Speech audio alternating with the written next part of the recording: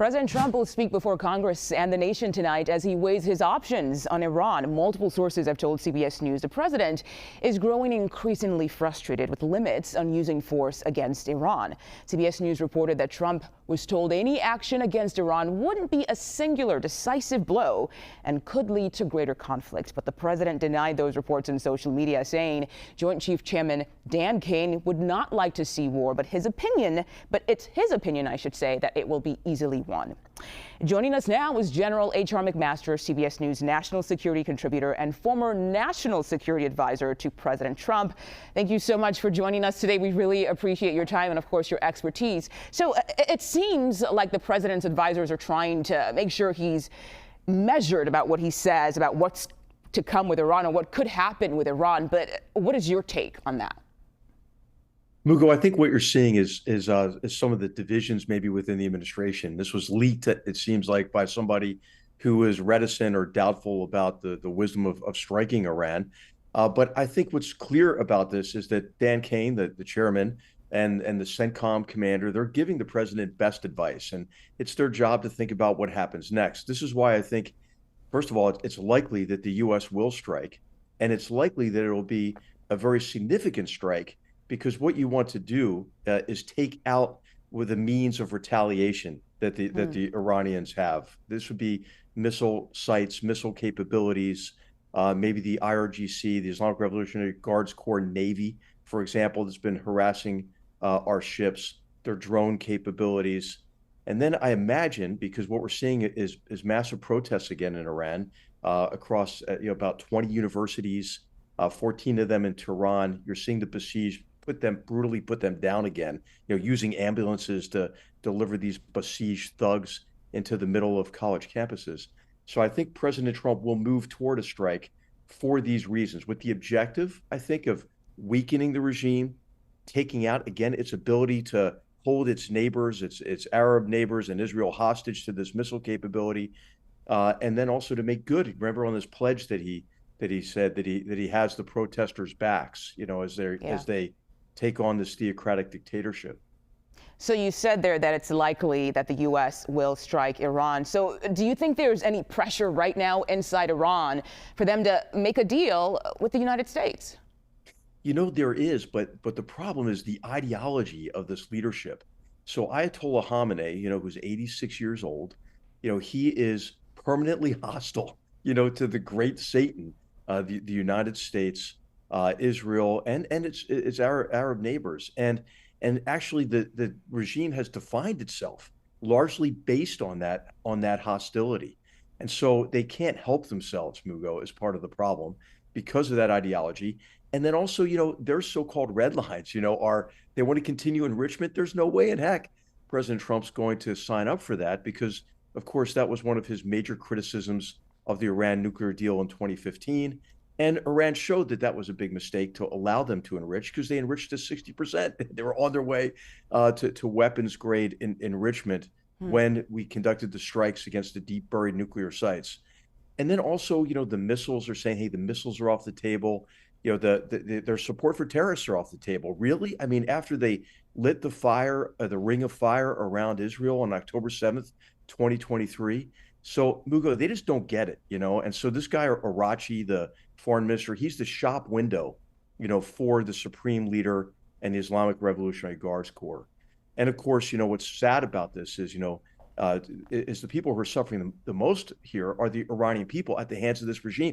I mean, they murdered over 30,000 people in a 48-hour period.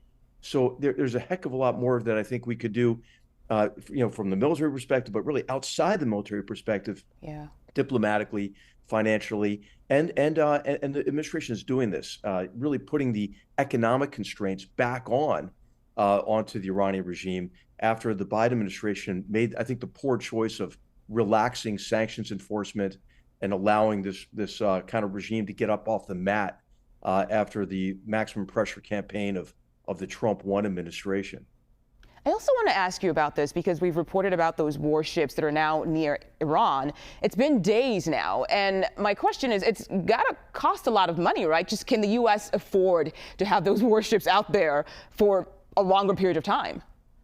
Yeah, it's a massive force with with our warships as well as with our air wings and the the land forces that are deployed there for air defenses. That's one of our most deployed units in all the services are Patriot batteries. For example, the air defense capabilities. So it puts a strain on the force, but that's what you sign up for, right? I mean, you Yeah. don't join the military because you think it's going to be easy.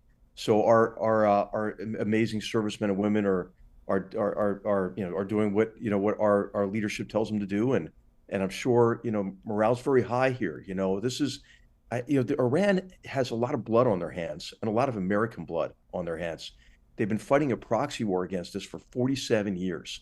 I mean, remember the Beirut bombings in 1983, Khobar Mm. Towers bombings in the 90s, and then they used these militias in Iraq to contribute to killing over 600 U.S. soldiers during the Iraq War. So, Iran's always been able to get away with it, and when they really overstepped was October of 2023, when they lit that ring of fire against Israel, and then they attacked Israel directly, and now they're kind of reaping the whirlwind of those huge mistakes and this 47-year-long proxy war against Yeah. again the great Satan, you know.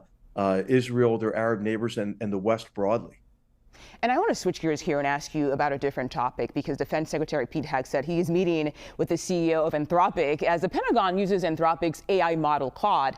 But Anthropic does not want their AI used for that lethal autonomous weapons or even mass surveillance. So can you talk to us about how the Pentagon is using AI and how this meeting might go if neither side gives any concessions? Well, I think Secretary Hegseth is right that no U.S. company should hold back capabilities from the U.S. military.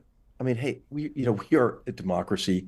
Our government is accountable to the American people through their representatives in Congress and through the ballot box.